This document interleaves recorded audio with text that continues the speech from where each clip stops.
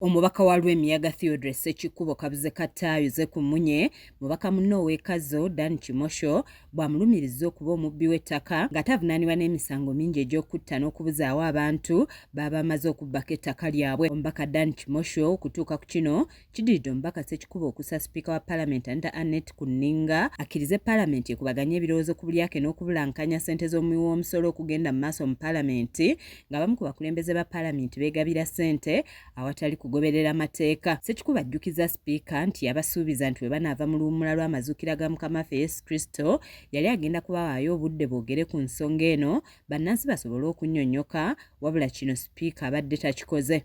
To remind the chair about the undertaking you made to this house while we were to close off for Easter holiday. You had undertook that we shall have opportunity to debate on the issue of the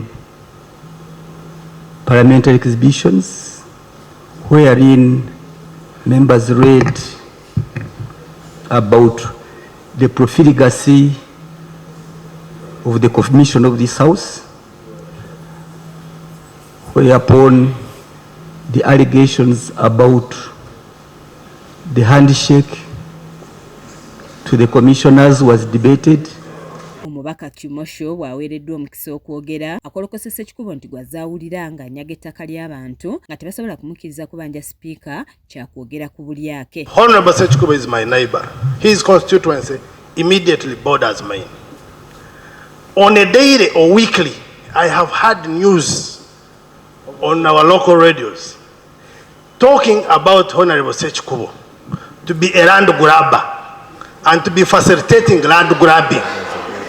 I've never taken it as an issue, and yet his involvement at whatever level affects the reputation of this parliament, being that he's a member of parliament. Ono olumaliriza okwogera bino n'afuluma Paalamenti, olwo n'aleka Ssekikuba ng'alaajana wakati mu kusaba Paalamenti alagire Kimosho aleete obujulizi ku byamwogeddeko kuba byonoona erinnya lye nga bwe kirema bijjibwe ku lukalala lw'ebyo ebyogeddwa leero mu Paalamenti. Right, Honorable Speaker, the matter is unanswered and it was meant to stifle my contribution about a very serious matter of the commission and the handshake.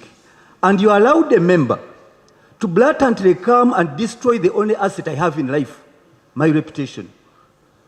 If he so wishes that he was on the right, is this parliament a platform for people to come and kill people's reputation? And they run away, and thereafter they claim they are not in the house. On top of expunging it from the Hansard, it is a right and proper case to be referred to the disciplinary committee so that he can go there. I don't want to gag him if he has this very important information.